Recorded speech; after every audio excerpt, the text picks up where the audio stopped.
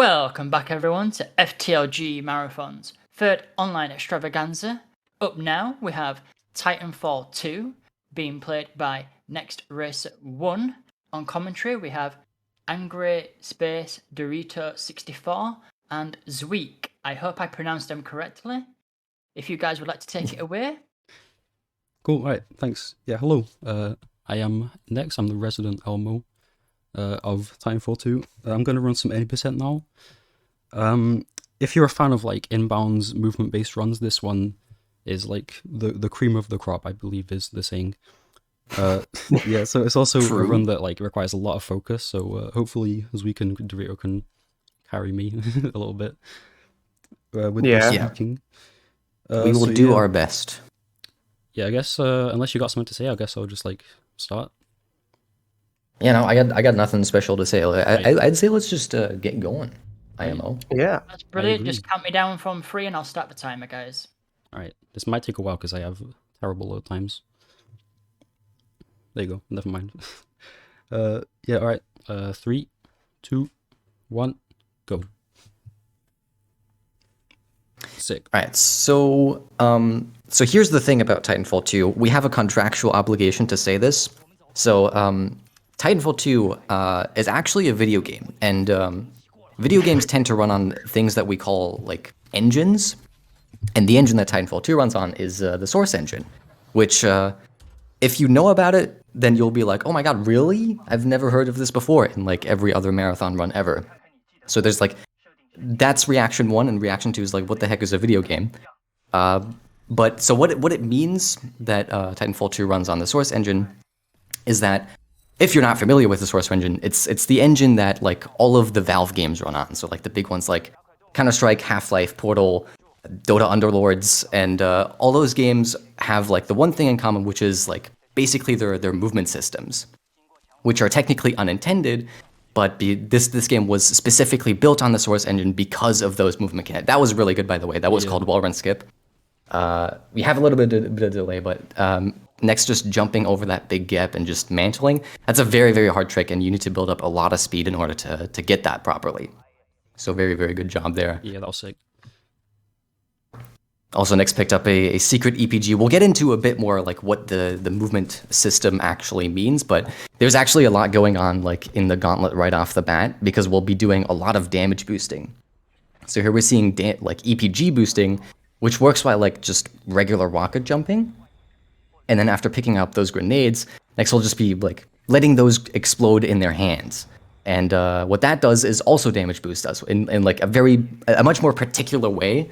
And it works like very jankily, but you can see they're kind of flying. It's very, very fast. Ooh, I saw the 100 pop up there for a bit. That was sick. The reason we can explode the grenades in our hands with no threat to our health is because this is all a simulation set up by Captain Lastimosa here. Exactly. We're completely invincible just in this whole thing. Like we will take damage, but like it caps out at like a low point where we can't die by doing any self damage, which is very nice. And that was basically like the main bit of like the gameplay section in the gauntlet. Now we just have like a little bit of dialogue to sit through and something interesting to do. I don't know if next year you'll be doing it, or if you already have. Try. That was a bit of an angle. It's like 45 degrees. I'll take that. 45 degrees, that's good. That's a funny angle. We call that the funny angle. Yeah, if you stand in the spot that the Titan is about to spawn into, right as he is, he can sometimes spawn into like very funny angles. Yeah, it doesn't. By the way, it doesn't save or lose any time. It's like has no bearing on the time that we get out of the gauntlet. But it's just a fun thing we can do while we're just waiting for the level to end. But yeah, because we have a little bit of downtime, I can like go a little bit more into what the Source engine actually means, and the basic movement tech that carries over from other Source engine games like Counter-Strike, like Portal, Half-Life. Are mainly the mechanic of air strafing and bunny hopping, and we'll see like that whole thing like all throughout the run. But air strafing, basically, if you don't know what it is effectively just the act of holding a side direction and slowly moving your view in that direction which allows you to both move in a curve through the air and also gain speed at the same time. And we can combine that with bunny hopping, or in this case, in this game, we call it slide hopping because we do it out of a slide because this game has a slide mechanic. And we can do that to just like stay in the air for as long as possible. So we want to reduce ground friction as much as possible, stay in the air where we can air strafe and gain speed. Yeah. And now we're on to the infamous 18-hour cutscene, where we can, I think, talk a little bit about the game itself, like in terms of lore. So, Titanfall 2, we are a rifleman called Jack Cooper. In the Gauntlet, where we just were, we were being trained by Captain Lastimosa, one of the big shot Titan pilots. And what just happened was we got attacked by the IMC, or Interstellar Manufacturing Corporation, which are basically just the bad guys, as we're now invading on planet Typhon, which is controlled by them. And they seem to be working on a big Death Star machine thing. And of course, we need to stop them. Gotta stop the bad guys. Very important. Yes. Yeah. Yeah, it's actually kind of interesting because what Dorito said, the 18-hour cutscene, technically speaking, this isn't even the 18-hour cutscene yet. This is the cutscene that comes before, because this level starts out with 2 cutscenes, not just 1 cutscene, but 2 cutscenes. This is the first one, and getting out of this cutscene, we'll have like a short 10-second gameplay segment, which goes straight into another cutscene, and that one is technically speaking the 18-hour cutscene. But here we get to see just a very good example of air strafing, what that looks like. You know, see Nex is kind of just like looking left and right. They're not going in like a straight sort of like straight shot. They're kind of going in a slalom pattern, and that's what allows you to gain speed. Yeah, you can also reference the handy dandy speedometer that we have set up. Yeah, true. The speedometer, definitely keep an eye on the speedometer on just like the right hand side of the screen. Super useful tool to just like see what's actually happening and just like see what is gaining speed. Not only for us, but it's also like it helps you, the viewer, kind of like understand what's going on a little bit more. Yeah, so this cutscene is like 10 years long, so yeah, if you have any donations, then this is the time. Yeah. We don't have any donations at the moment, but I can read a little bit of info about the charity if that's okay. That's alright, yeah. To Write Love on Her Arms is a non-profit movement dedicated to presenting hope and finding help for people struggling with depression, addiction, self-injury and suicide. To Write Love on Her Arms exists to encourage, inform, inspire and invest directly into treatment and recovery. Yeah, so the name 18-hour cutscene actually comes from the dialogue that is spoken in this cutscene. We're actually not playing the game in English here, but it's actually being played in the Chinese version because it saves around 38 seconds just through like faster dialogue. But like as Blisk is like in the back in his Titan here, you can see the subtitle even. We have 18 hours until the arc is sealed and ready for delivery. That's where we dubbed the cutscene, the 18-hour cutscene, because the game does take like we fall asleep and then we wake up in the middle of the day, 18 hours later. But yeah, we fall asleep and wake up like twice. That's true, actually. Yeah, I didn't even know that. I didn't even realize that we pass out. Yeah, it is obscenely long. Yeah. But yeah, the reason that playing in Chinese actually saves time, I said it's through faster dialogue, and that's specifically for dialogue that's like structured in a way that once one line like finishes playing, that's when the next line plays, and then the next line plays. Some cutscenes have like fixed times when a line plays. That's usually when the dialogue is timed to like a full body animation, so that like syncs up with the animation and everything. But when it's just like characters talking in like an idle pose, that's usually when it's just like line after line after line plays. And if the lines are shorter, that makes the whole cutscene in that sense a lot shorter. So we can sort of like blast Lastimosa, trying to get him to die a little bit quicker, because he is taking up a lot of screen time. Yeah.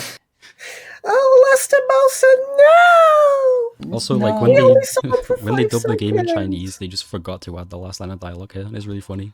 Oh, that's true. Yeah. You know, I don't even see this cutscene that often because we do have like a ruling in this community. Because this cutscene is so unbelievably long, it's just like a pain to sit through at the start of every run. So we have a ruling that lets us just load a save after the cutscene, and our auto splitter very conveniently loads that save for us, and then also injects the time back into the timer, so into the full time, so that you can sort of save that real time, but you won't gain any actual advantage. So it's just like a quality of life feature for just grinding out PBs. Yeah. So now we're starting to get into the meat of the game, where we again have our pilot kit with us. But for this first battery segment, we don't have our double jump immediately. So we only have wall running and side boosting and just a single jump to work with.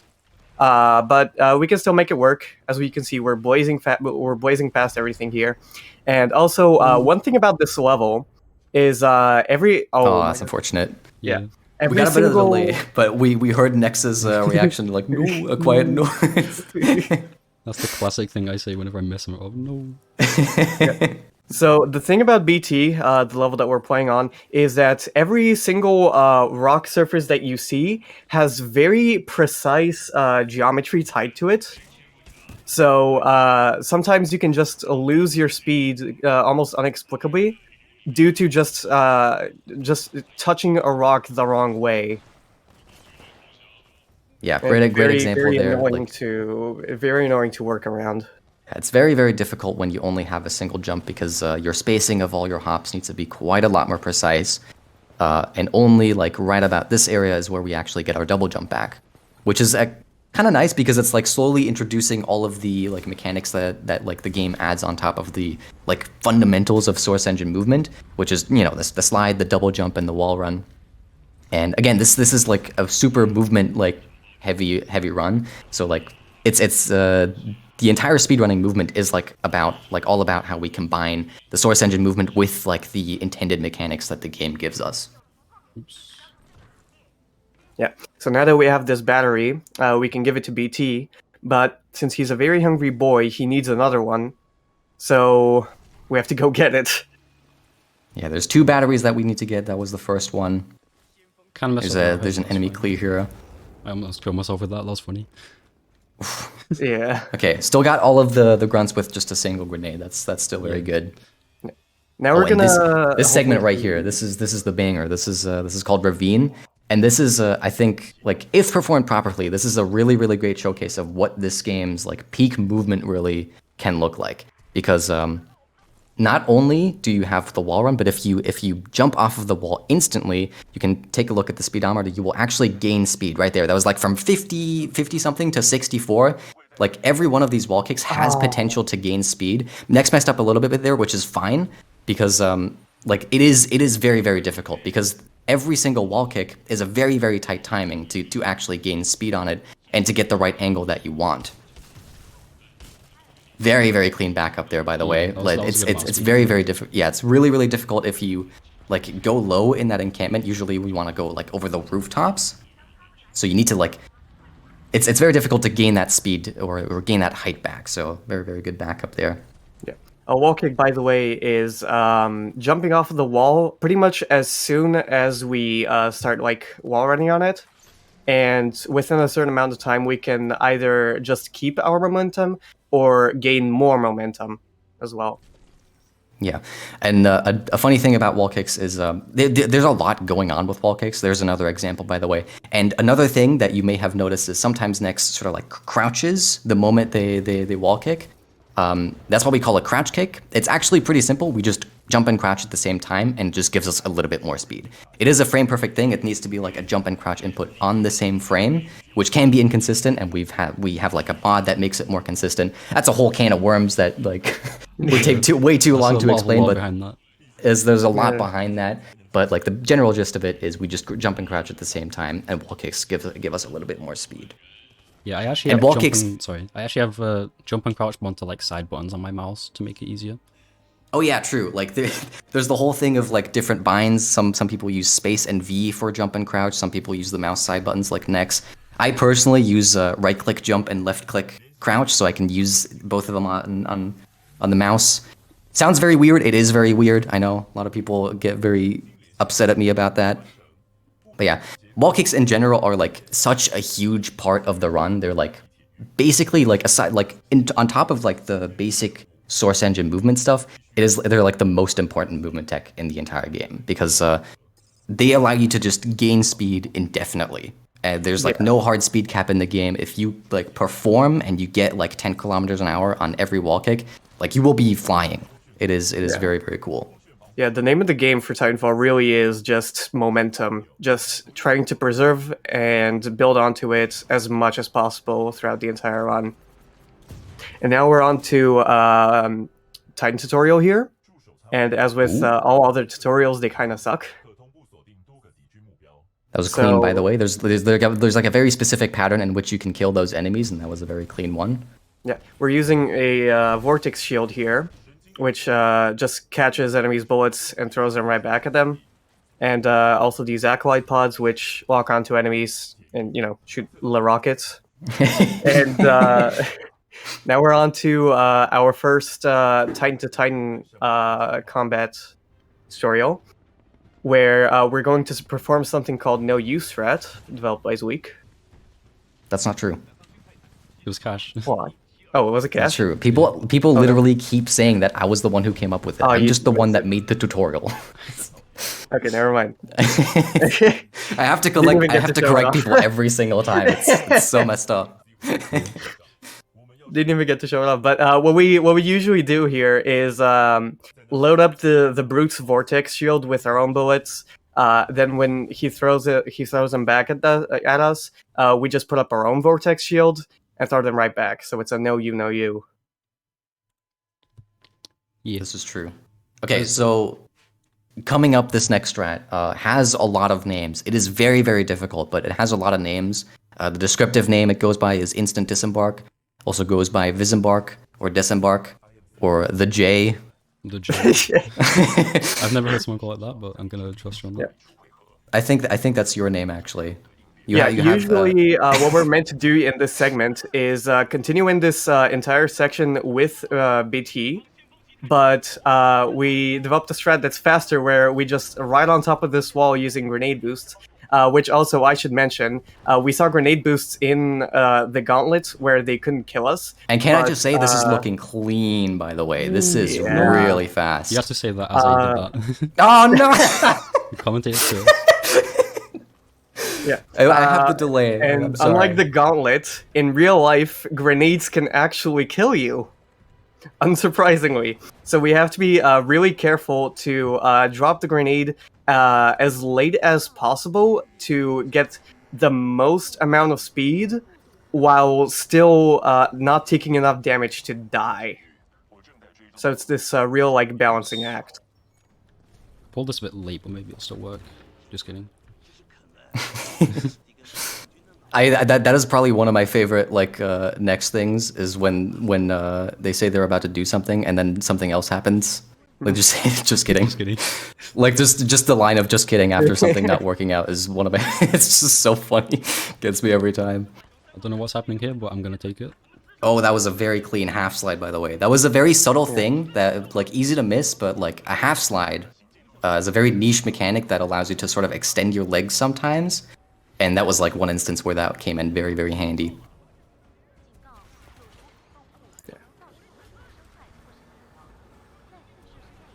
But yeah, Blood and Rust, I'm noticing, is usually the level where we start talking about tap strafing and strafe lurch, because that's actually a really good level where it sort of illustrates what it actually is. And we're seeing Next is doing these 90-degree turns, that right there was a good example. Anytime you see Next doing those really sharp 90-degree turns, that's always achieved by always achieved by tap strafing or a variation of tap strafing that uses different things. Here's another couple 90-degree turns where you do a couple tap strafes. There's another one that was clean, very nice, very very clean. You might have also seen that instant wall climb. That is what we call a bump launch, where we wedge ourselves in a corner and spam our double jump, and since we're next to a wall, it gets reset each time, which allows us to just fly up corners like that. And what we're seeing right now is also one of the bigger sequence breaks in this game. It's called Sludge Skip, where we press the button to engage this 5 to 8, I think, minute like fight sequence. Multiple minutes.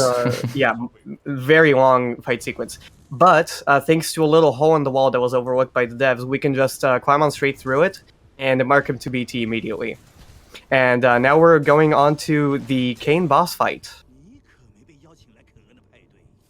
Next has a very Kane has a very iconic line here.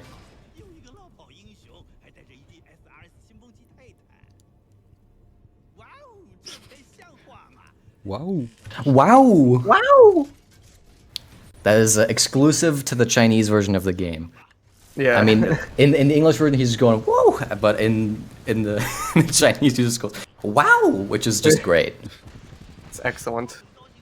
Yeah. But yeah, also, because we skipped a very specific Titan loadout, we have to do this fight with the Expedition loadout, which is actually a little bit slower than it would be if we had picked up the loadout that we would normally. But the thing is, because we disembarked from BT instantly, we were not tied to like how slow he was going, like at all. So overall, the time save from being fast at the beginning wins out over like doing this fight a little bit slower. Yeah, and now we're on to a 1 minute unskippable cutscene at the end of this level where we can show off bump launching again. Actually, Yeah, we can go out of bounds here as well, actually, with it. You can show off bump launching again. This would also be a good place to like show lurch a little bit. But yeah, you know what? Do the bump launch. Yeah, the bump launch is cooler. Skelly, Yeah. proud of There me. you go. Wait, here's some straight flips. Hold up. There you go. Yeah, so you can see like strafe lurch. Basically, anytime you jump, there is a 0.4 second window after that jump where if you press any other movement key, you will get sort of like lurched in that direction like you're seeing. Like you get those like redirections. And the thing is, that's basically what we're using to tap strafe. So like anytime we jump and we do those 90-degree turns, we're basically doing that, but at a higher speed. So we're pressing like movement keys right after jumping, and it allows us to make those 90-degree turns. The trade-off is of course that we lose a bit of speed every time we do that. But it is definitely very, very valuable to be able to make those 90-degree turns in the first place. Yeah. Now we're on to Into the Abyss here, and instantly we're seeing another case of abandoning BT. Yeah. These are actually which, a lot more common than they used to be. We Yeah. found out that like it is a lot faster to just avoid like BT a lot of times. Yeah, this Because- this level used to have a solid like minute and 30 seconds of like just pure boring Titan movement, but recently we've developed an out of bounds strat. Oh, I didn't for- quite get for it this there, level. Yeah. but you can just Yeah. wait for the next cycle. It's fine. Yeah, which we There you call go. Abyss Sandwich for reasons we'll get into later. But yeah, we're now out of bounds, and we'll just try to maneuver I'm gonna this make sure I hit that. mess that we found ourselves in. Yeah, make sure you. Yeah, hit that the should have trigger. hit the trigger. Pretty sure. But yeah, there are like a couple of triggers that we still need to hit because otherwise, if we miss those, we actually soft lock the game and we can't progress. So there's like a couple places where we need to actually like a couple like physical places that we need to visit effectively on our way. No. Can you get back up here from this? I don't think so. I think you might need to Yeah. load checkpoint there, No, I'll just- which might actually be extremely punishing. But I think you got like a checkpoint thing there. Oh, okay. Well, that's actually a sick checkpoint. Oh yeah, that's a really good Ooh. checkpoint. That thing Yeah. can send you like basically back to the beginning of the Yeah. level. So that was really good. I've never even seen that checkpoint before. Also, a theme with Titanfall 2 is that it is very heavily trigger gated in a lot of places. You might sometimes wonder in parts of this run and be like, wait, why don't you just cut across this entire section? Well, the answer for most of the part is just triggers. If we miss any of those triggers, we can essentially just soft lock the game, preventing us from making any more progress. Well, that was Also- close, but very Yeah. cool. What we also saw just there was the kill for just disappearing. Usually, like if you fall down that pit, you would die. But if you press the button on the elevator, the kill for that exists there just disappears, and Yeah, you that's can why just Nex fall had to on turn straight around through. there. Yeah, So you it can was just just follow to still straight hit that through button. and load into the next level immediately. Now we're on to Abyss 2, which immediately we're seeing some baller movement here. But unfortunately, it doesn't really matter because Abyss 2 is the speedrunner's favorite. An auto-scroller, a 6-minute long Whoa. auto-scroller. This is my favorite level in the entire game. Yeah. It's actually kind of interesting that you say like we have baller movement at the start, but the thing is we've seen like Nex go like 70, 80 kilometers an hour like 3 times already. Like there's already like a lot of like high speed segments in the game. So like even though the beginning of Abyss 2 is cool, even though it doesn't matter, but the thing is it's not even like that special anymore because we've like been able to like go that speed like basically throughout the whole rest of the run. So it's like not And even speaking of it's speed, cool, but it's yeah. not like this like crazy like oh my god he's going so fast kind of thing anymore. Speaking of speed, we kind of just saw Nex going 200 kilometers an hour out of nowhere. And we should probably explain that as well. That is something called platform velocity, where the player can just inherit the velocity of the platform they're standing on, which allows us to do some very crazy stuff in these sets of levels specifically. And what you also saw there in this in that dark section was something called Toad Splice Route, where we just get to this last section of the auto scroller where we can like reasonably get to through a side route that's not actually intended. And this is where we're just gonna wait out the cycle of platforms that the level is tied to, so that we can, progress.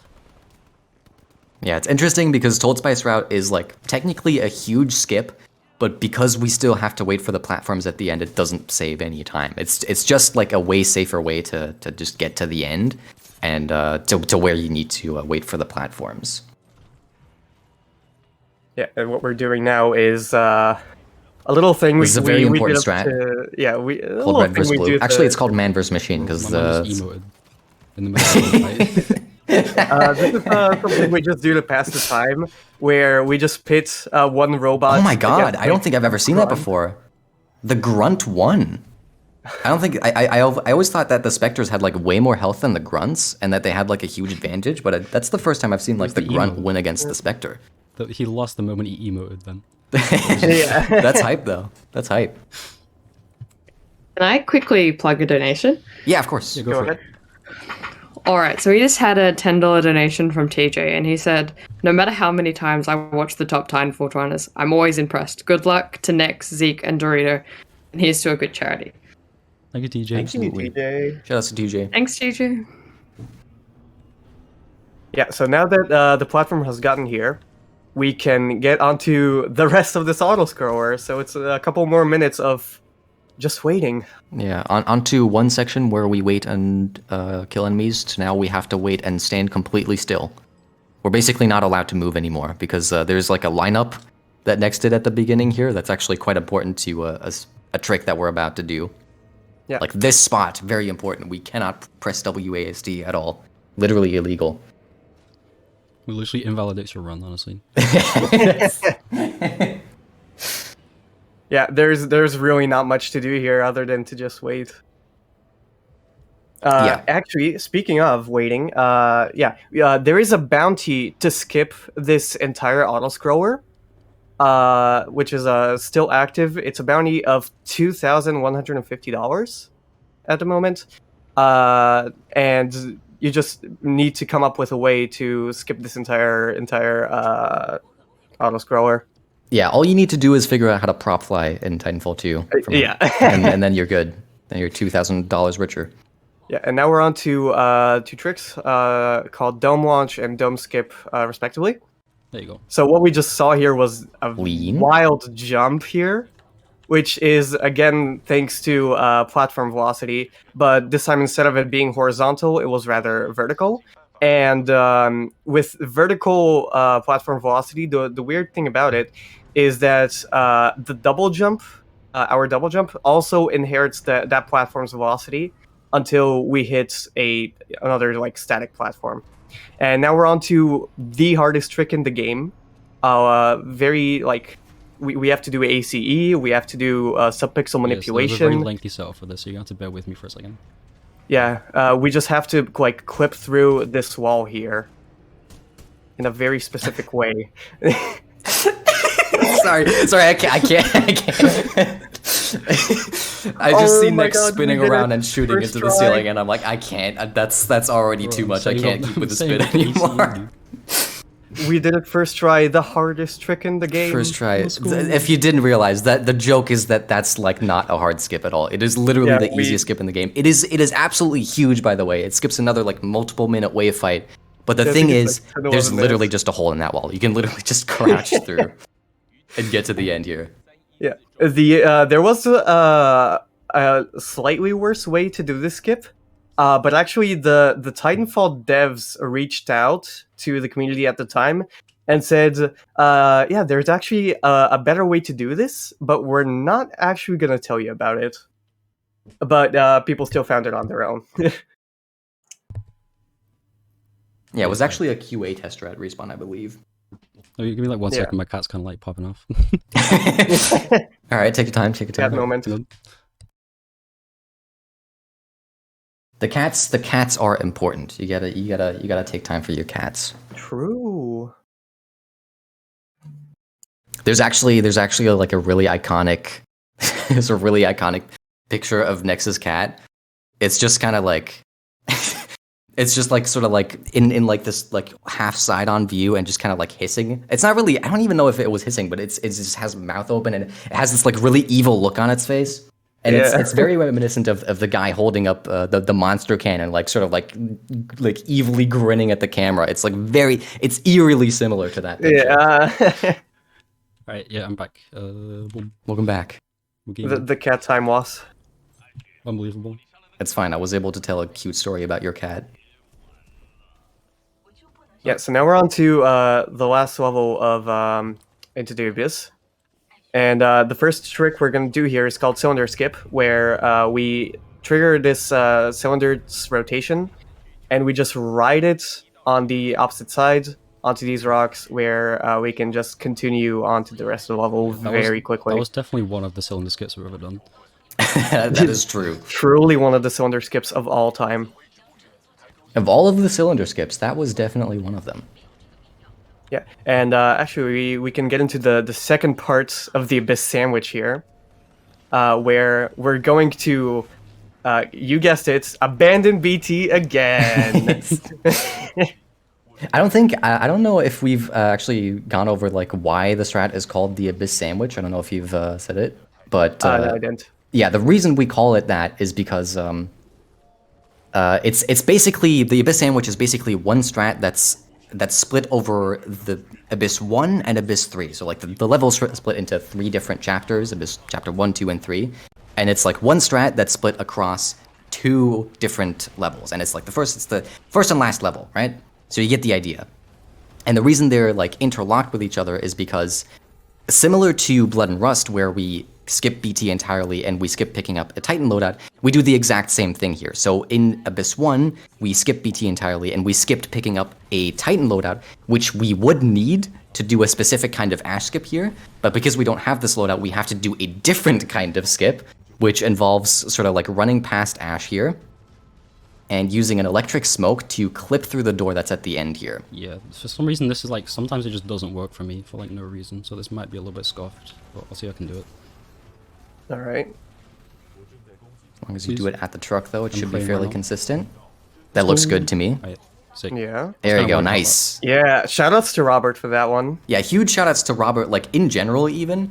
Robert's been like a huge part of this, of like the new discoveries in this game. Like a lot of like the new glitches and skips, those are all attributed to Robert. He's done like a ton of work into looking into this game and trying to break it in like lots of different ways. Yeah, shouts to Robert. Sick. Yeah. And now we're on to the most interesting level in the game here, in the casual sense, Effect and Cause. which, if you've played this game, this is the level that, as I said, you will remember most. And if your friends have played this game, it is the level that they will not shut up about. And as you can see, we're immediately jumping into some funkiness with time here. We seem to be switching between 2 timelines. I wonder what could be causing that. Magic? That's just a guess. Oh, I don't know what the Computer actual got set up now. like alien tech is. Okay, clean. Yeah, we'll find out later. I can get a That was good a kick good off this. frag will be clean. boost. 62, nice, nice, nice. So yeah, in this I mission, we're appreciate gonna the attempt meet, at that last one. That was really cool. Yeah, we've just And found a clean Major and a Anderson, clean transition. Nice. who is the guy we were supposed to find from the very start of this mission, and he's hanging out. He's hanging. He's chilling, literally. Literally chilling. His body temperature is down. Yeah, he seems to have turned off his no-clip at a very unfortunate time as well. Yeah. Tends to happen. Yeah, so this now we're is- on to another cutscene here, where we can just kind of run around and do nothing. Yeah, this is we're still like in control here, but BT's going through a whole lot of dialogue in the back, and I don't even know how long it is. It's probably like a minute, maybe a minute and a half. I'm But pretty like sure. basically, Like the dev name for this section is called BT Explains Everything. I think that's true. Yeah. Yeah, that's a really funny name. Yeah, it's basically just an exposition dump. Yeah. Oh, that's pretty cool. I haven't seen that Ooh. before. Great way to intro that. Like, basically every runner of this game has like a different thing that they do here to just pass the time. Like Nex goes over to those two stalkers and just gets beat up, or does a boxing match. I personally find a corner to do a bump launch in and practice my mashing and destroy my mouse in the process because I'm pressing the button too hard. For real, my right click on my mouse is like so creaky, it's unreal. After playing this game.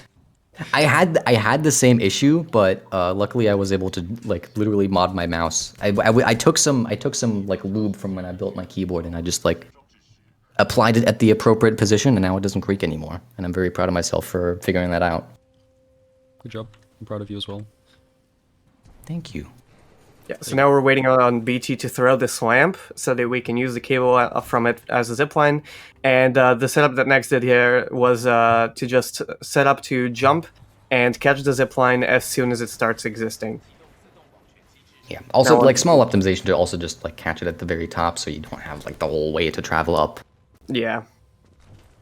Very Ooh. nice, very nice. Doesn't save any time, but very, very Very cool. You swag. can melee those stalkers as the time swap is happening to get teleported into the ceiling. Which gives us a little hint as to how Affecting Cause works as a level, which we'll cover a bit later. Yeah, that's true. That's a bit of foreshadowing. If you want some audience participation, try and think about like why that happens. Yeah, before we explain the level. Oh, that's I unfortunate. am legally obligated to hit this. Yeah. Okay, going Yeah, for what it. Nex is going for is a strat called Faster Than Light, where we use a damage boost from these laser grids to launch ourselves across this massive hallway. I don't think this can make In a it. way. I think my setup- If that had worked, I would have popped off. Yeah, my setup for this is like super poor because I land up on like the wrong plank of wood. So it's like Yeah, that was Yeah. a very evil checkpoint. Yeah, we I can won't just lie. carry about like. No, I'm begging. I am physically Okay, dead. Effective just- cause, please. sit there for like a second, Yeah. like do nothing, and Yeah, you have to wait for that. Yeah. Yeah, I kind of forgot because it's been a long time since I just like didn't do FTL at all. It's been a while since you messed it up. Yeah, I we can understand. carry all of the velocity, which is about like 90 kilometers an hour from that laser grid, just through that entire hallway. And it's a shame that we didn't get to show it off. But now we're on to Affecting Cause Chapter 2. We were supposed to find Major Anderson's other half of his body to get this wrist strap devicey thingy. And using it, we will get the coolest tooltip in the game. Yeah, now we can control time. We get press left shift to time Back travel. up from his left shift. Yeah, why is that that I your have it as a bind? separate bind for time stop. Because like doing time stop Oh, with really? this wheel is like really hard. Interesting. Yeah, so now we have the ability to control the timelines here, and this level is just sick, man. Just Yeah, this level rad. is super, super technical. A lot of basically like the main like movement that you'll see is building up a lot of speed through like a straight hallway and then doing a sharp tap strafe at the end to make a 90-degree turn. Yeah, and now we're going to just spend on an entire minute on another cutscene here, where we get more exposition dump about the big Death Star thing that the bad company is building. It's not even recognizable. Biggest smiley face. I also love that the the ends of the mouth connected at the top. So like you basically drew a circle around it. I forgot the setup. I'm sorry. I can't believe you. I'm resigning. Yeah, we get 2 or 3 cutscenes with Major Anderson's hologram. Yeah, that's the one like Waste unfortunate enough of our thing time. about this level is the pacing. The pacing for the casual run, very, very cool. The pacing for a speed run is a little off because you get going for like 5 seconds and then you're into like a log where Anderson explains what he's found out. And you're like, yes, Also, I know, I've we played this game like saw- 1,000 times. We saw another Anderson at the bottom of the floor, which is kind of weird. Audience, did you figure it out yet? Okay, now we're gonna explain how Effects and Cause works as a level, as we're seeing some more baller movement here. So, Effect and Cause is basically 2 versions of the same level overlaid on top of each other. And when you switch between timelines, what you're essentially doing is changing your vertical position a couple tens of thousands units up or down. To just switch between the 2 alternating versions of this level. Also, check out this bridge. Yeah, this is a very funny bridge. Yeah, Zeke has like a whole video essay on this bridge. I have a 7-hour video essay on why this bridge is very cool. Also, big Very swirly. good That was swirly. sick, Yeah. That bridge thing that was called Snuggle Slide, discovered by Snugglepug. And it's our old friend from Abyss 2, Platform Velocity, coming in to say hi again. Coming in clutch in a very unintuitive way because the bridge is moving in the opposite direction, but if we just slide on top of it and like just stay sliding and it stops, then we get the boost forward. Very Yeah. janky, would take way too long to explain, but it is very cool. Yeah. Now we're on to Effect and Cause 3, the shortest level of the game. And what next we'll be doing here is going for a trick called Time Stop, where we... Oh, Please, oh, please. This is also showing off how the levels work. This is the game trying to put you in like the other timeline. yeah. So, yeah, basically what Time Stop is, as a glitch, is we're confusing the game as to which timeline we're really in. No, I'm crying. Okay. We're also going for a reverse trigger order There you go. here. Yeah, Nex is trying to get a boost off of that laser grid. Very nice. And then like hitting the second trigger first, and then hitting the first trigger last. There we go. Very clean. Yeah, so Took Time a couple Stop, as you attempts, could, but that was really good. Yeah, as you could see, some of the enemies there were just completely frozen. That is because the game thinks Nex was in the other timeline when in reality he was in this one. And now here's the actual canonical time stop, different from the glitch. Also, No way. and we're no going way. for ship No skip. way, First dude. try! That's hype. That's probably like the Wow. sickest variation of ship skip like of all time. Because usually like the quote unquote easier version, which is still really hard, is to strafe to the right and do a wall kick off like a tiny bit of debris so you get a bit of extra distance. But that like just went straight through. That was like the perfect line to just not bonk on anything, keep all that speed. That was really, really cool. yeah, ship skip is And, definitely not a full game strat. So Yeah, because ship skip, if you get it, it saves about 2 seconds. And if you fall and die, it loses 17. So yeah, definitely not a thing to go for in full game. Extremely high risk. yeah, the Yeah, funny high watch is risk conveniently and broken like now. medium-ish reward, low to medium.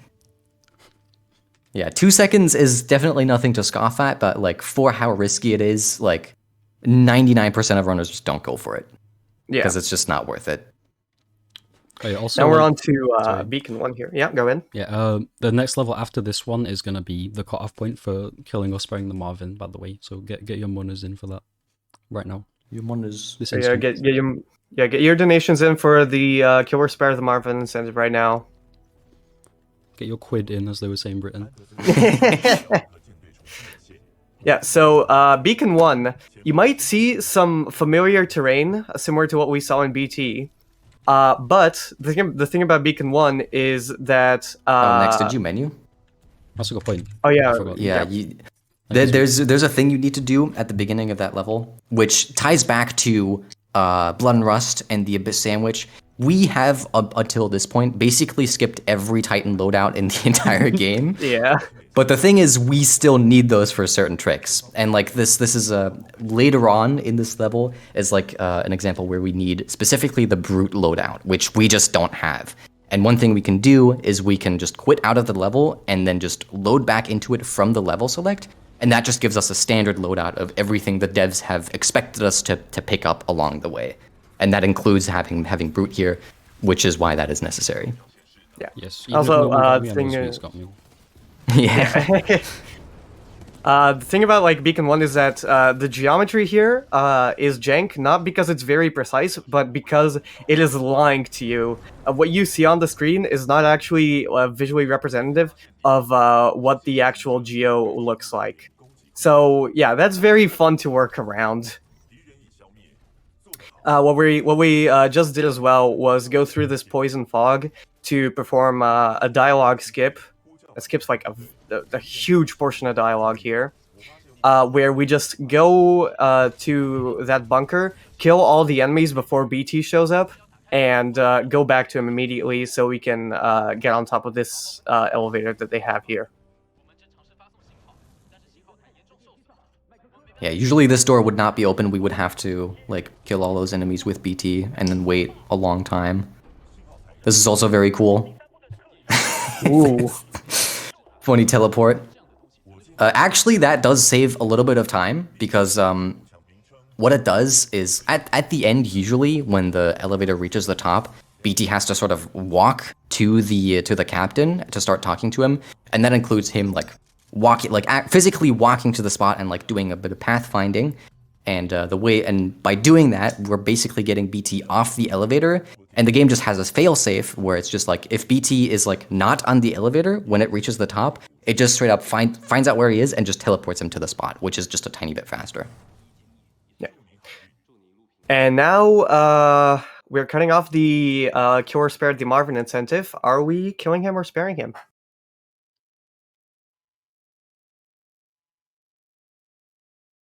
Please. Please. We must know. we need to know. I mean, either way, I'm just gonna shoot him out of muscle memory, so it doesn't really. That might be true. Like even if it's... Okay, it looks like we're judging from the stream. We're killing him. Okay, right. I was gonna say someone put 500 on kill, so yeah, whoever did that, you're very swag, by the way. Thank you for saving me 20 seconds. On the Yeah. Yeah, now we're on to Beacon 2, which is the fastest paced level of the game here. Whereas with Affecting Cause 2, there was a lot of stop and go with cutscenes and whatnot. Beacon 2 is just straight, like, a minute and, like, 52 minutes of just pure action. And by action, we mean movement. Yes. We don't shoot anyone, really. We completely avoid all enemies because, that's fast. But the action is in the movement.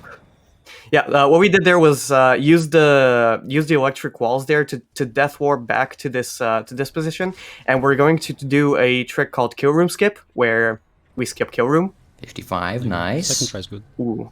By executing this really wide, this really difficult jump over this big like gap, and now we're going to make our way to the Marvin that we're killing.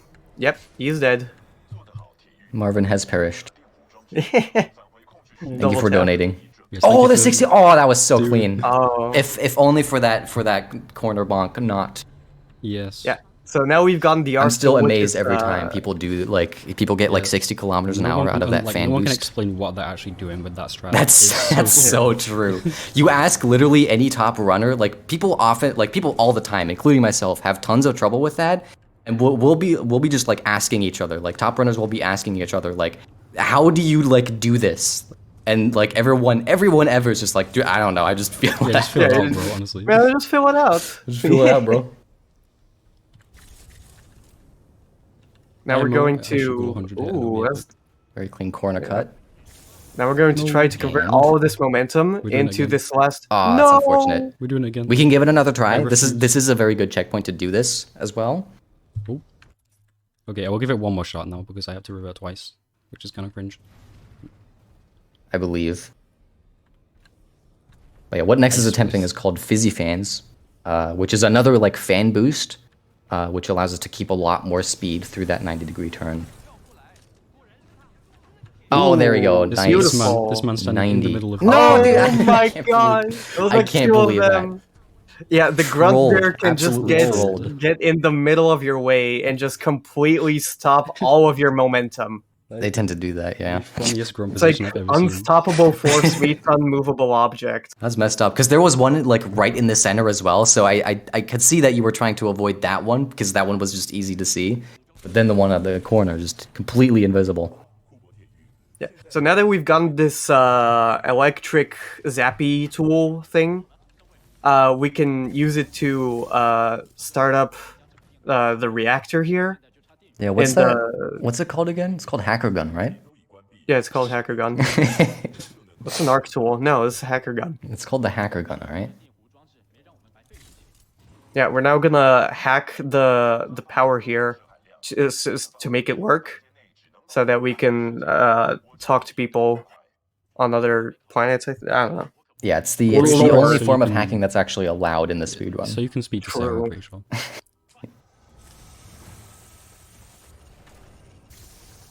Yeah. Oh yeah. The cool thing about this room is you actually see Nex taking a lot of damage here. But don't worry, because this room actually just can't kill you. All of the damage that Nex has taken here is completely scripted, aside from the the softball boost there.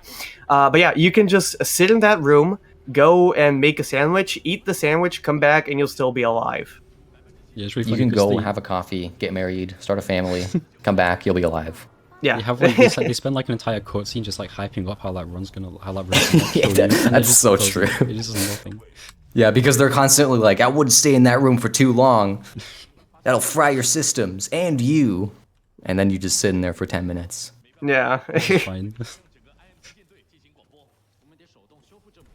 So now, after this cutscene, we're going to go on to the most visually impressive part of this run.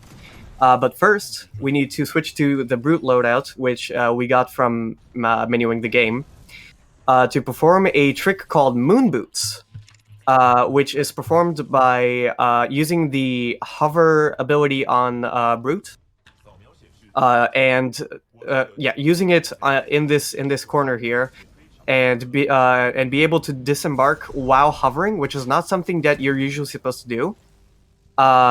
And what that gives us as a little side effect is about a 15% reduction in gravity. Yeah, and this is what we menued for, by the way. At the beginning of the Beacon Chapter 1, the reason we menued is so we could have that loadout so we could actually perform this glitch. Otherwise, we wouldn't have been able to do that. Yeah. So what we need to do here is go over to that dish on the right there. And how would we, an intelligent speedrunner, use this throw to make all of that in one go? How would Nex, Well- with an IQ of 200, a speedrunner, perform Yeah. this? So with the combination of moon boots and holding jump out of BT's throw here, we're going to get a lot of height. So next, good luck. This is super fastball. Thank you. I will need it. Oh, that was scary.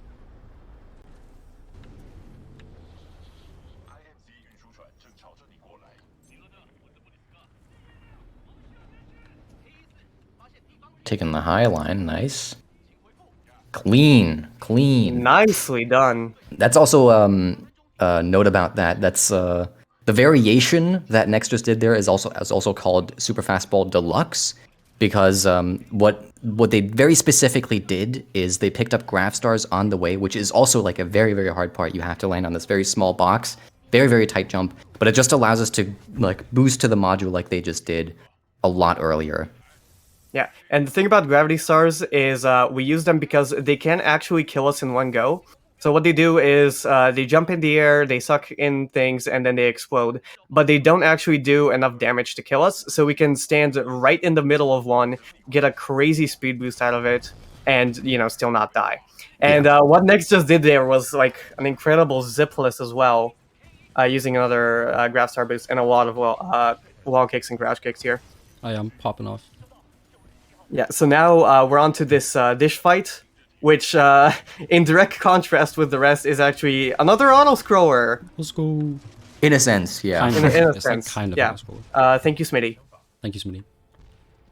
Yeah, so the way this fight is structured is that for a certain amount of time, enemies are like just spawning. There's two stalkers that will just keep spawning if you kill them.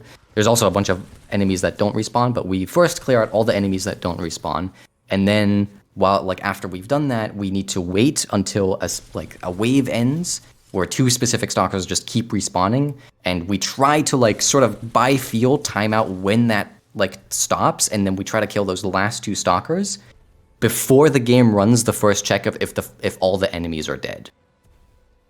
We done? Did that do it? I don't have audio, so I have really quiet audio, so I can't really hear. We good? we're just gonna assume that worked. I think I saw BT put his weapon away. Yeah, what we're doing here is also called dish climb. Usually what we're supposed to do here is climb into BT's hand again so we can throw us up to this dish. But silly, we can just use these two opposite facing walls to just climb up here ourselves. Yeah. Yeah, that's kind Now of a we're common waiting theme in on this game. the... Just yeah, well, okay, we're why don't on you just go up to- the side of it though? Like, True. Okay. Now we're waiting on this dish to lower, so we can... also next setting up some fireworks for us. But unfortunately, this is actually where the game ends because we die here. dude, spoilers. Yeah, we're Spoilers. Yeah, we just fall into this pit of death. There you go, Cooper's dead And- now. What? BT caught us? I've never seen that before in my life. It definitely doesn't just completely break our back or anything like that. Don't worry about it. Yeah. part of me wanted to make a joke about calling time right there. No. But We don't wanna I think go. that would be no. That We would've still been a have bit- we still have a couple more levels left to go. So you're not out of the woods. You're not you're not rid of us yet. Yeah. So yeah, now we're going to use some spawn manipulation here to spawn these Reaper robots right in front of us, or as close to us as possible, so we can take them out quicker. And we're going to do the same here again. I cannot believe you lived. How dare you? It's such the absolute gall of that Reaper I know, to right? to not I die know on this those one. two Ronin shots. Now we're going to do the same for these two Titans here. Yeah, and we're he's also an going interesting to do... strat. Yeah, by the we're way. also going to do something called flame trap duplication, where if we look straight up while getting our flame shield up, it duplicates these flame traps or gas canisters like a couple times, dealing way more damage than they're supposed to. And now we're on to Richter here, Seine who Mama hat ihm einfach erlaubt, dass Cola trinken darf. Sorry. he That was paused, just he a paused meme Band about of Richter being a Brothers, German rewrite character. trigger. Yeah, we're going to swordcore him, and we're going to do Nexus trademark here, called Elmo Skip. I don't know how to Elmo Elmo Clip. clip. There you go. I Oh, they don't how to have. do that. Ah, okay. We can still do it. Yeah. Yeah. Obviously, you would swag. want to do that a bit earlier, but yeah, you can disembark clip into the bunker with that, and then once the elevator moves, we clip again, back out, and then BT teleports. He just pops right in. So it's similar to what we saw in Beacon Chapter 1 in the sense that we're getting BT off the elevator so that he just teleports and starts the dialogue a little bit earlier. But we another thing that makes this faster is because we clip into the bunker, we actually start the sequence of the elevator going up a little bit earlier. So it saves time in like 2 very specific different ways. And also, you know, you can tell this another side effect is we're completely outside the bunker now, and usually you're supposed to be in that and like sort of listening to the dialogue, but no. Yeah, we do not give a care. Sit out here. Yeah, we can just vibe and climb around until the game teleports to us to a different part of the cutscene. There's like a tiny out of bounds there where you can go on like the other side of that wall, but I forgot to do it. Oh, interesting. I didn't know that. That is cool though. I agree. I agree with your agreement. I agree with your... Okay, I'm not doing that. I agree with the fact that you agree with my agreement. Okay, let's stop this now, please. No, we have to keep this up for the rest of the run until all we say is the word agree. For like the last 20 minutes.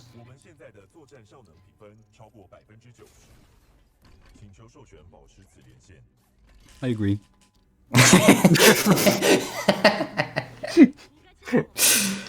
All right. Okay. So not much to do here other than to just wait on this cutscene. Yeah. I mean, you can probably tell Titanfall 2 is very, very heavy on unskippable cutscenes, which is very unfortunate because you know the parts that are cool are really cool, but it's just unfortunate that like many other games, unskippable cutscenes still exist in this day and age. This game came out in like, what was it, 2016, 2016, and they still put unskippable cutscenes in there. Yeah, we do have a category that called NCS where we don't have to watch any of the cutscenes, so that's also a thing. But it's not like run as much as standard. Yeah. It is IMO the best category. It's in fact the only category. So true, honestly. Yeah. So now we're on to Trial by Fire, or as it's referred to in the game files, T-Day, because you know, just looking at it, you know what it's referencing. Can I just say that Titan swap with the mouse was really clean, and I'm proud of myself. So now we're going to use the Ronin kit that we picked up back in Beacon 1, I mean, and use Sword Block, which is an ability that blocks 75% of all incoming damage to essentially just make our way through this hellscape of bullets and just not take most of that damage so that we can set up beyond this wall with no collision and start the fight pretty much immediately as the Titan spawn. So this is a very, very chaotic fight. It's usually where a lot of people's performance just tanks. Yeah, a lot of people go monkey brain at this part because it's so low. Yeah, you're on pace and you're like, I gotta kill everyone. Yeah, because like only the first few seconds we actually have a little strat for, but then a chaos theory just goes into full effect, and people just go monkey, shoot a thing, it die. Like I'm doing right now, for instance. I'm pretty sure I'm killing the wrong people right now. Yeah. This is very much the Minecraft speedrun of Titanfall 2. Yeah, that's a good way to put it, actually. Yeah, because you have like a route that you can follow at the start, but because like the variance is so big, it's basically RNG where all the Titans will be. So the fight, the beginning of that fight is pretty routed, but once that's over, it's a lot more about just adapting to your surroundings and sort of like making good decisions on like what to do and like managing your cooldowns and everything. Yeah. A lot of improv that you need to do there. Yeah, and what we're doing right now is we're killing every single enemy that exists here, just because this is essentially an escort mission where we have to bring Sarah, the NPC that we saw in the beginning of the level, and we're trying to get her to the elevator at the end of this hallway. And what the reason we went out there, by the way, is to skip a trigger that spawns a couple of extra enemies. Yeah, that's a Robert strat, by the way. Shout out to Robert. Yeah, just wanted to mention that while it was still happening. Also, I'm being actively trolled by Sarah right now. Yeah, that's which is a common theme with Trial by Fire. Yeah, you can just see she's taking her sweet ass time, killing off every single grunt, even though she says it herself that we're on the clock here. I think I messed up the timing on this. I'm crying. Yeah, that might be an issue. Maybe. Maybe.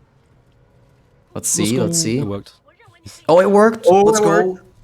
That was so Knop skill it. based, honestly. Perfect. That's a strat called Knop It, named pronounced after Knop It, okay. the Tom Scott video, Yeah.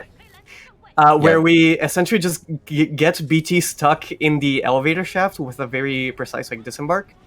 And we also get moon boots again that we saw in Beacon 3, and we're performing this strat called Lone Wolf, where we again abandon BT and just make our way through this onslaught of Titans that coincidentally all want to kill us in the most brutal way possible. Who would have thought? So yeah, we're just going to maneuver around at light speed to just essentially dodge all of their bullets, or as many bullets as we can, to make our way to this ending cutscene.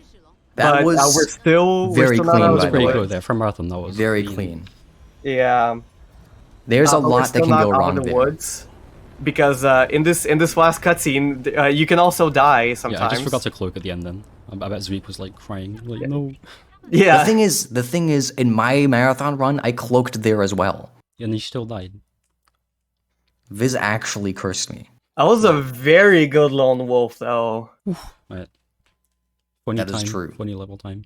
Do I still need to menu here, even if I did it in Beacon 1? No, No, no, you no. don't need to menu here. This is literally still the have first time Ion. the first time I've ever done a Abyss sandwich in a run right now, by the way. Yeah. As you can probably tell. Yeah, so like a thing that we were talking about there is before the Abyss Sandwich was a strat, we would do the menu like to pick up extra Titan loadouts. We would do that in this level because a specific loadout we need in this level is called Ion, which like even in the normal route we wouldn't pick up at all because it would lose too much time. But here in this case, because we menued at the beginning of Beacon Chapter 1, we already got Ion during that menu, so we don't need to do it here again. Yeah, so now we're on to the Arc, also known as the worst level to possibly exist in any video game ever. Next, why are you doing Swag Bingus? I am. You are? Yeah, I'm lining up for it, look. Wait for it. It's like after this dialogue. Oh, I see. There you go. Are you out of bounds? Let's go. Hey! Hey. Swag Bingus. Yeah, we can just equip again. into the inside of the ship here. Another one of those strats. It doesn't save or lose any time. It's just a way to clip out of bounds because It's just swag. we just have to wait for this cutscene. And the jank that we just saw is a theme with the Arc, because the thing about the Arc is it's actually fucking miracle that it works. Sorry for How dare you? because all of the ships that you see are moving platforms, which, as we discussed early on, are very janky in this game. This is true. We get to see like basically what that jank can look like, because a skip we're gonna do here is called Barker Skip. I'm actually gonna shut up for a bit because it requires an audio cue.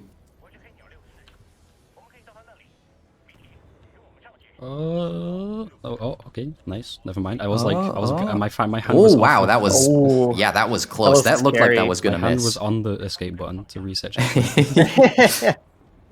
But yeah, that's called Barker Skip. That skips BT having to throw us onto Again. the ship. We get into it a lot earlier. Yeah, we also do 6-4 skip, where we skip waiting for the 6-4 to align themselves to throw us onto the ship. We're just gonna... We can just do this. Don't worry about it. And now we're on to this elevator. And we're supposed to clear out these 3 gun batteries. But actually, we're only supposed to clear out the 3rd one, because that's the one that progresses the rest of the level. So for all of these enemies, we're just gonna skip them until this very last one, where we're just gonna massacre everyone. Yeah, because the game only checks for if the enemies are dead for the very last gun here. There you go. Yeah, that was there it really is. clean. Yeah. There is like a stagger, like a scripted stagger that happens like after a short period of time there, which can slow you down. But like if you kill all the enemies before that happens, the stagger will basically just not happen at all, and it's very fast. This ship, by the way, that Nex is looking at, we're gonna like land on that and then jump off. This is actually an example of where platform velocity can really mess you up. because the ship is Yeah. like, it's like moving down a little bit, and if similar to what happened in Dome Launch, if you jump off while the platform is moving vertically, whatever direction the platform was moving in, that sort of velocity up and down gets applied to your double jump as well. So that counts for, in a good case, in Dome Launch, upwards, but it also counts for platforms that are moving downwards. So if you jump off a platform that's moving downwards, then your double jump height will also be reduced by that same velocity. Yeah, and So what we we're have to be doing very careful here with that. is room clear, which is just a part where we have to clear out every single enemy, which is not a very popular part of the level. It's alright. It's not too bad. It can be a little Yeah. annoying because, Chaos Theory can sort of like mess you up a little bit, similar to the intro fight in Trial by Fire, but it's not nearly as variable. But the enemies can like move in weird ways. I just killed Oh, someone. let's go. Let's Oh, you killed him. This will definitely save time in the speedrun. I'm pretty For sure sure. it actually might do because they might have like one less person to kill right now. Maybe, I don't know. Maybe. I think this No, I has think been it's- tested like it's many times, and scripted, yeah. I think it is just a fixed timing instead of a check to see when all the enemies are dead. But I feel like that's something that's incredibly hard to test because there are so many enemies and they die in a completely random order, so you would have to do like thousands of tests in order to figure out if killing any enemies has a chance of making it faster. Yeah, the one thing I do know is if you kill all of them, then it just crashes the game. Oh, really? Yeah. Oh, I That's didn't know kinda that. funny. Well, that's a funny interaction. Also, we just use our little MacGuffin knife to plug into this very convenient knife porthole to gain full control of the ship, and we can just use our knife as a joystick. Yeah, if you're wondering about how that works in Game terms design. of like a physics sort of standpoints, just don't worry about it. Yeah. And Impeccable now timing. now we're on to the Viper boss fight. And actually, we're going to be doing a trick here called Viper Zerg, where instead of killing the two Scorches that spawn alongside him, we're just gonna go and kill Viper first, and then kill the Scorches in a very specific order with managing our Titan resources.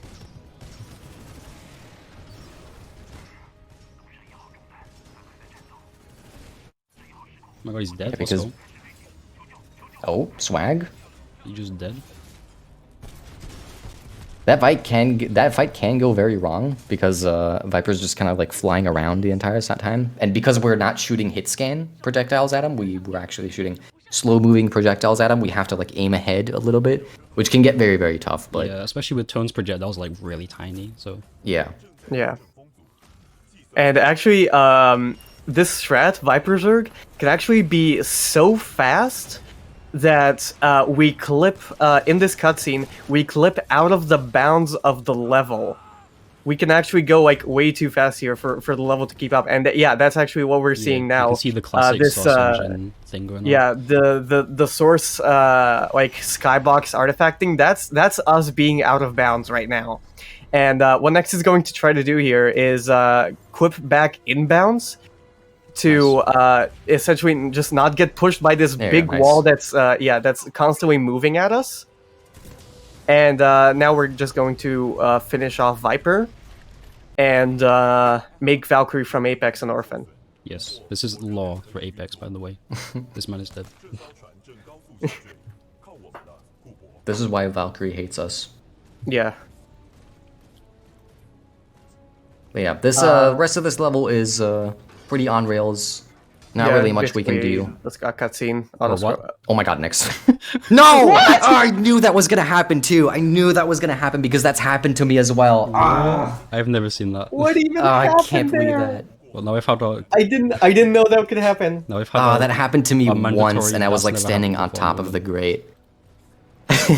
I've I'm actually upset. I'm upset. Same. I've also never seen that before. Yeah, I always make sure to stay on the right side of BT and only move in once it's actually like completely clear. Trolled. Because you can jump into that vent like as early as you can. It doesn't actually save any time because the cutscene for you dropping only activates after a certain period of time. So For a second, I was kind of scared I'd have to like do the clip again after that. that would have been scary. That would've Oh, been yeah. funny. So yeah, BT's in a rough shape. This ship that we're on is in a rough shape. So now we're just going to steal this big blue ball of death. This is the BS Star Wars thing, the BS Star Wars MacGuffin that we're just chasing throughout the entire game. So yeah, now we're just gonna get into BT's cockpit, and I don't know. Dramatically hold W. Yeah, one of the two dramatic W holds in this game. You know, it connects you Traveling 1 emotionally to the kilometer an hour, character and let's what's go. happening. Yeah, we do have a lot of time for donations now, because the next level also starts off with like a huge cutscene. Yeah.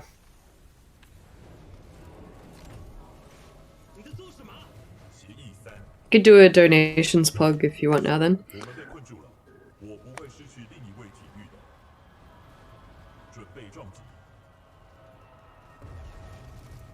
So this event, we're raising money to write Love in Our Arms. TWLOHA is a non-for-profit dedicated to presenting hope and finding help for people struggling with suicide, depression, addiction, self-injury, and suicide.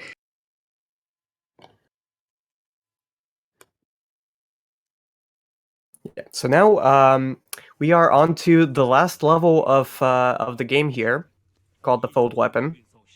And we've been captured by the main bad guys here, because we have their big glowing marble, and they kind of just want it back. They're like, "Oh, that was me. mine, Give what it the hell?" back.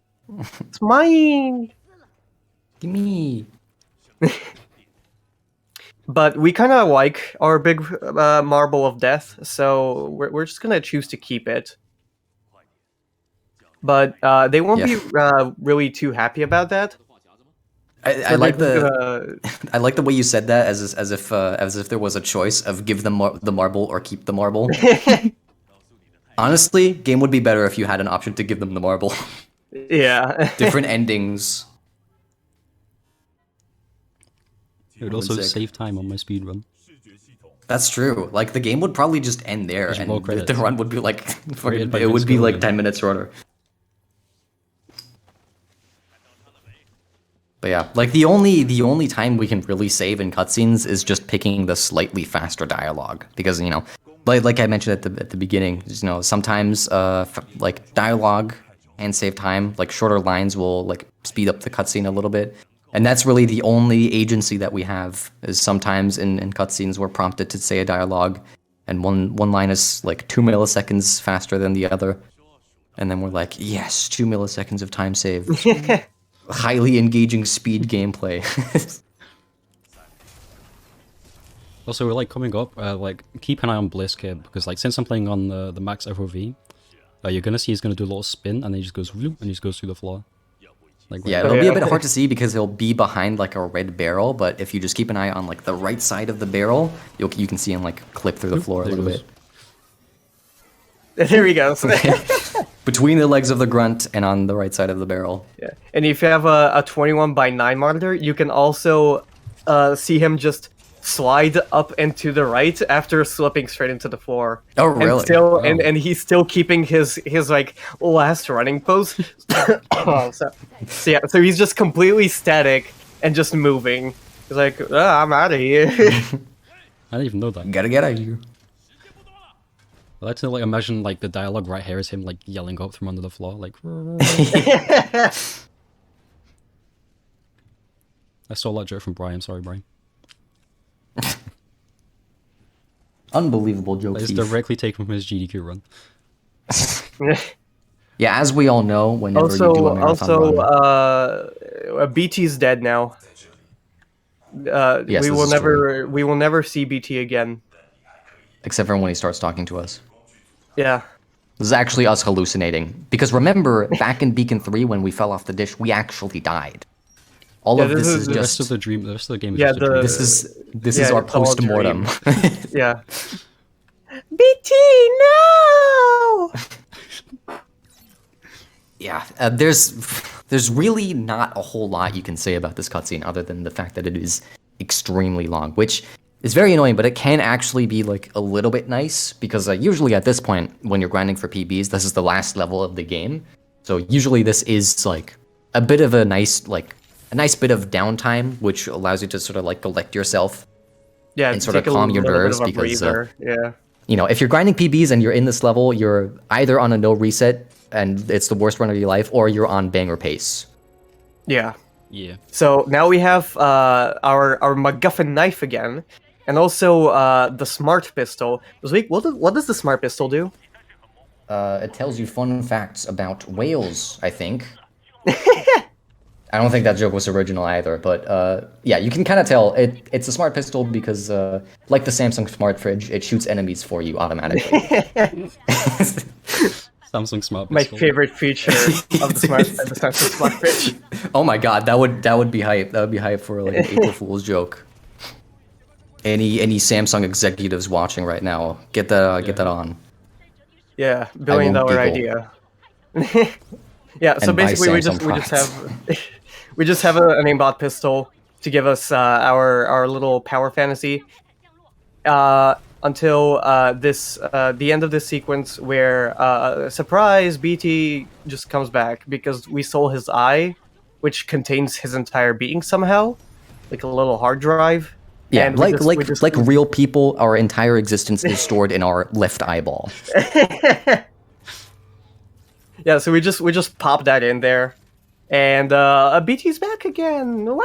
Oh my god! And now he's built out of carbon fiber, which we can barely see because Next plays yeah. with the lowest possible settings. Minecraft BT. It's so funny. Honestly, I agree. Honestly, that sounded like a jab, but I also play on lowest settings because it's just better for performance. Cool. So now we're respect the going to choice. do Snuggle Core, and with this loadout called Legion, the power shot that we can do actually pierces through enemies and does a bunch of damage, which is great for building core. And we're just going to use Sword Core here to essentially, like, as you can see, our Titan dashes are replenishing extremely quickly here.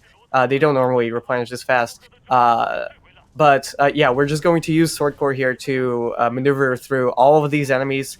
On top of this rock, we can just climb for some reason, and perform door skip here. And the cool thing about door skip is that the top of this doorway just has no collision. I tried to go Yeah, for that is a fire. huge skip, by the way. That doesn't look Yeah. like much, but that is like usually you would have to kill all of those Titans until the door opens, and it's really slow. But yeah, that is pretty huge. Either that, or you wait for a Titan to just kind of walk into the door, and that opens it up for you. And Yeah, that's and the that way was to that was progress. like even worse because it was basically RNG for like how the Titans all moved. Yeah, There it's was really either no way to waiting on manipulate them. RNG or waiting on or just killing everything that's there.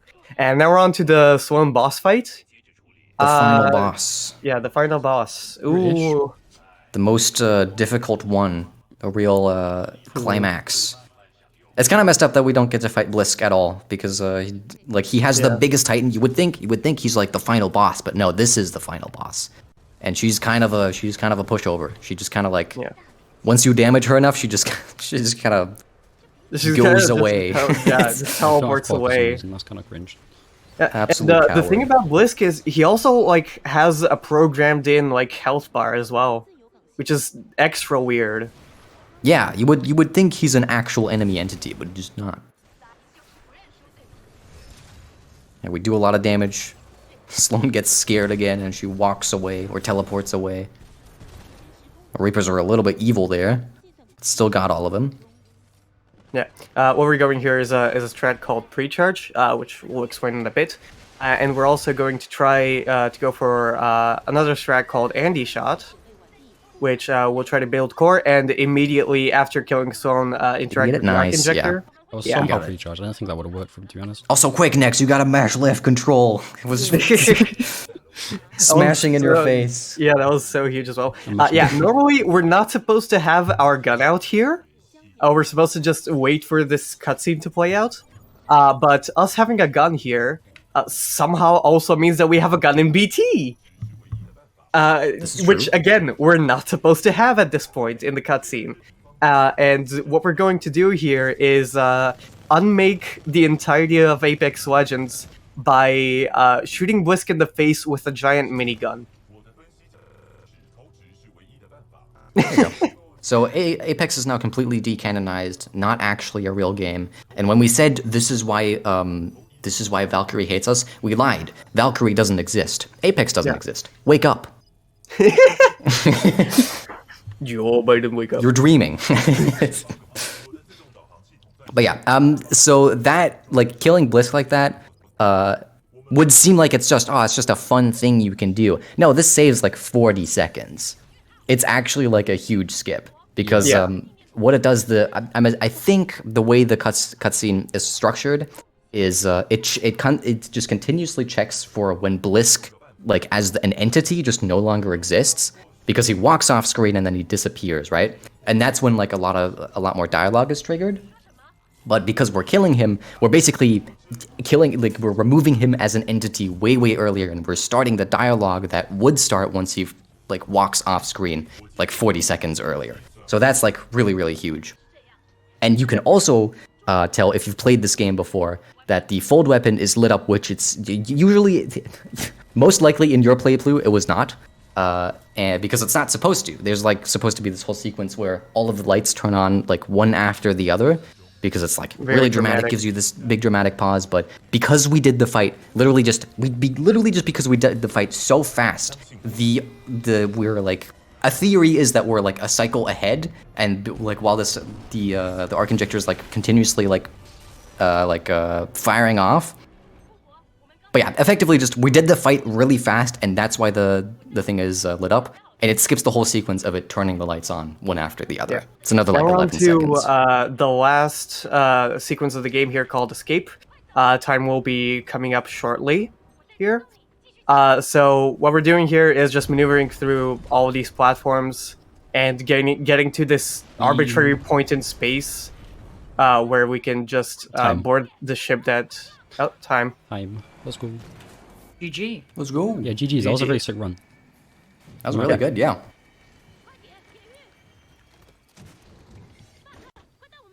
We're being escorted. And now we...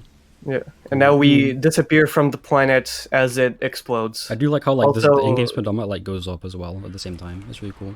I don't even think that's intentional, but... Yeah, I reached about like 2,000 there. It's wild. This will affect the truck population. Also, yeah, BT died again. Didn't know if you noticed. But and this time we don't have his eye, so he's actually his eyeball exploded. For real. Anyway, yeah, that was really sick. Thank you for having me. Yeah, that was Titanfall 2. Yeah. Thank you for watching Titanfall 2. Thank you for watching as well. We'll enjoy the rest of the marathon then. Thank you, Weekend Raider, as well, for speaking for me. And You're welcome. Carrying me. I don't know if you have any other shout-outs you want to give, or... Nah, not really for me. Just have a great time. I kind of just want to plug the Titanfall 2 speedrun community in general. If after this run, it got you a little pumped, maybe you wanna try the game out for yourself. We have a wonderful community. You can join the Discord on our speedrun.com page. It's speedrun.com/Titanfall_2. You can find the link for the Discord there. You can join in, and we have a lot of resources to get people started. We have a channel specifically for asking questions, doing all sorts of stuff. It's really not a very difficult game to get into, despite like some appearances. Yeah, it's like the definition of like easy to learn, hard to master kind of thing. Yeah, it's a wonderful speed game. Yeah, if you're looking to get started, join us in the Discord. Say hi, and like there will be top runners like just helping you out along the way. Yeah. Also follow me on GitHub. True. Follow me on GitHub too. Best social media. Great stuff, guys. Yeah, GG's. Thank you for being here. Thank you for submitting to FTLG, and we definitely hope you submit again. Up next, thank you for having us. Oh, anytime. Up next is Huds 601 with Stray, a modern game that came out just this year, doing PC any percent glitchless. So stay with us, guys, and we'll be back shortly.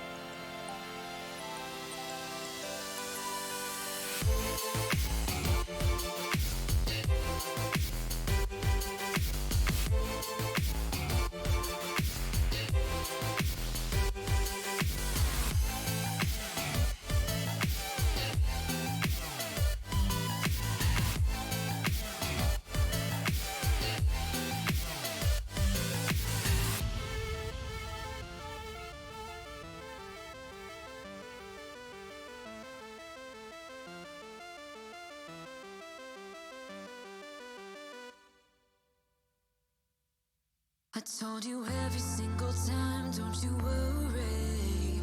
You would always call me at the wrong time, so you could know what I was up to. Oh, don't you get that? It's just stupid.